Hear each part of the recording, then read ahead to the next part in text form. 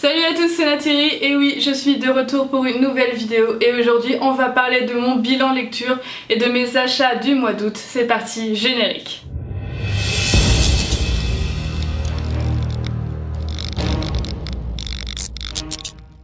Et oui, je suis de retour et comme dirait la Team Rocket, c'est pour vous jouer un mauvais tour. Plus sérieusement, je vais vous présenter aujourd'hui mon bilan lecture depuis le mois d'avril. Parce que oui, je n'ai pas fait de vidéo depuis le mois d'avril. Il va y avoir aussi la partie de mes achats du mois d'août que je n'ai pas encore lu. On va commencer par la maison d'édition où j'ai acheté le plus de mangas et sans surprise, il s'agit de la maison d'édition Kiun. Vous savez mon amour pour cette maison d'édition. On va commencer avec une série que j'ai terminée et qui s'est terminée, c'est-à-dire Kazan avec le tome 14. Je vous ai présenté cette série plusieurs fois, donc si vous n'avez pas vu mes vidéos sur cette série, je vous les mettrai dans le petit i. Je trouve que ce 14e tome est trop bien, le dénouement est génial. Je vous conseille vraiment Kazan, c'est vraiment très bon. La deuxième série où j'ai acheté deux mangas, il s'agit de Isaac, le tome 5 et le tome 6. J'ai lu les deux et vraiment, mais Isaac c'est trop bien. Que ça soit dans le tome 5 ou dans le tome 6, il y a des rebondissements, c'est juste fou, je vous les conseille. Ensuite de série, il y a eu aussi Beyond the Cloud que j'ai lu. C'est une série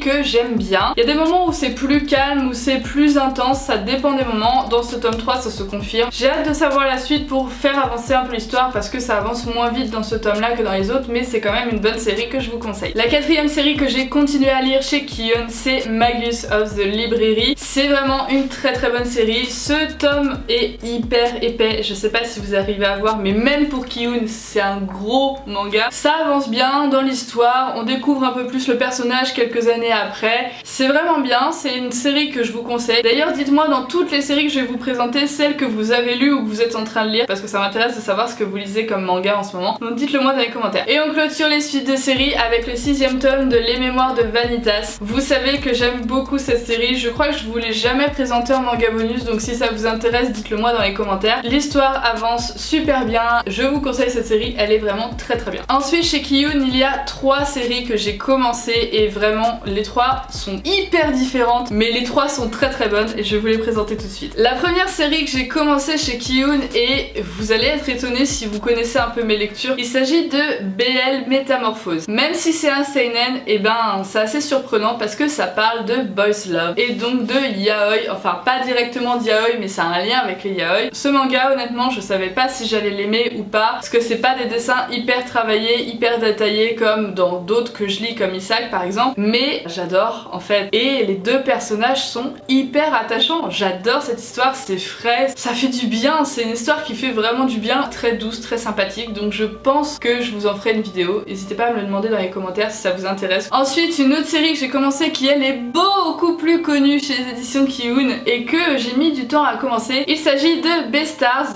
Je sais pas trop comment on le prononce, je pense que ça se dit Beastars, je suis pas sûre. Pendant très longtemps j'ai hésité à la commencer parce que j'attends toujours plus ou moins que la hype descende un peu, parce que ce manga quand il est sorti il a fait beaucoup de bruit chez les éditions Kiun, et ben c'est mérité, c'est un manga qui est vraiment très bien, donc j'ai hâte de voir la suite. Et enfin le dernier manga que j'ai lu chez les éditions Kiun, qui lui aussi est un début de série, il s'agit de Tsugumi Project. Tsugumi Project c'est un manga post-apocalyptique génial. J'ai un problème en ce moment avec les mangas post-apocalyptiques, ça se passe dans un Japon qui a été dévasté par une arme nucléaire si je me trompe pas. Il faut savoir que ce manga il est édité que en France parce que les japonais n'ont pas voulu l'éditer, donc Kiun a fait signer cet auteur japonais et vraiment merci les éditions Kiun parce que ce manga est ouf. Depuis le mois d'avril c'est un de mes plus gros coups de cœur. Dans ce manga là on a vu 5% des possibilités tellement ça a l'air ouf. Maintenant on va passer à la maison d'édition Pika. On va commencer avec les éditions Pika avec une série qui est en lien avec une autre que je vous ai déjà présentée. Il s'agit de Les Brigades Militaires mais black. Pour ceux qui ne savent pas, il y a les Brigades Militaires classiques, donc les blanches, qui se passent dans un corps sain et qui ressemblent beaucoup à Il était une fois la vie, le petit dessin animé. Vous savez, vous qui êtes nés dans les années 90, 2000 comme moi, vous connaissez, hein, vous savez très bien. Les Brigades Militaires black c'est vraiment très bien, ça se passe dans un corps malade et très honnêtement ça m'a fait culpabiliser de boire de l'alcool. Tellement c'est bien foutu, j'ai culpabilisé, j'étais en mode ah mon pauvre foie.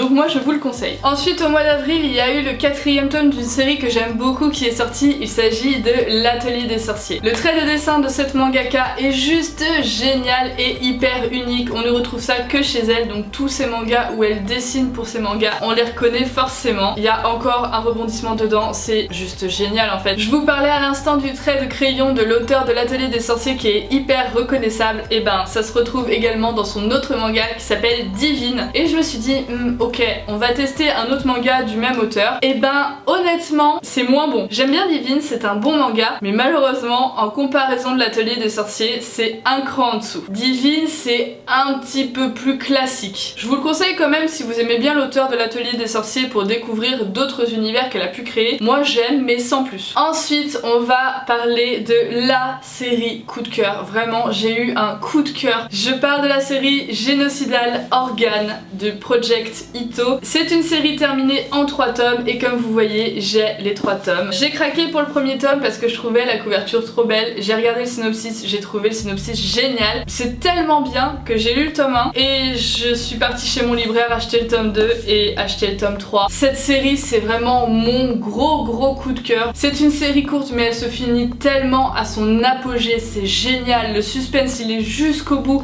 Les personnages sont attachants, le personnage principal il est ouf. C'est un manga un peu gore, on voit des corps en décomposition, on voit de la chair, on voit des crânes, mais clairement c'est pas à mettre entre les mains de ton petit neveu de 10 ou 9 ans. Un des meilleurs post-apocalyptiques que j'ai pu lire. Et comme j'ai adoré l'auteur de Génocidal Organe, et ben j'ai tenté un autre manga du même auteur, c'est-à-dire Harmonie, et c'est pas mal, c'est vraiment pas mal. C'est moins intense que Génocidal Organe, mais c'est très prometteur et vu le scénario qui se dessine, ça va être trop bien. On en a fini avec Pika, maintenant on va passer aux éditions Vega. Je vais commencer chez les éditions Vega avec le seul début de série que j'ai commencé, du moins que j'ai lu parce que je l'avais acheté depuis longtemps mais il était dans ma pile à lire et je l'ai enfin lu. Pélé-lui, hyper connu chez les éditions Vega et c'est très bien, j'aime beaucoup. C'est hyper perturbant parce que ça parle de la Seconde Guerre mondiale et d'un conflit sur une petite île et les dessins sont mignons. Au début j'ai eu un peu de mal à accrocher avec le dessin qui collait pas forcément avec la dureté du thème. Je pense que je vais continuer à lire cette série parce que vraiment elle est hyper prenante. Ensuite un autre manga hyper connu chez les éditions Vega, c'est une suite de série cette fois, c'est le tome 3 de Deep Sea Aquarium Magmel. C'est une série que je vous ai déjà présentée, je vous invite d'ailleurs à aller voir ma vidéo qui sera dans le petit i. C'est juste trop bien, voilà les dessins sont magnifiques, ils sont toujours aussi beaux. Ensuite la dernière série que j'ai continuée chez les éditions Vega, il s'agit de Le bateau de Thésée. Donc depuis avril j'ai lu le tome 2 et le tome 3, c'est vraiment une très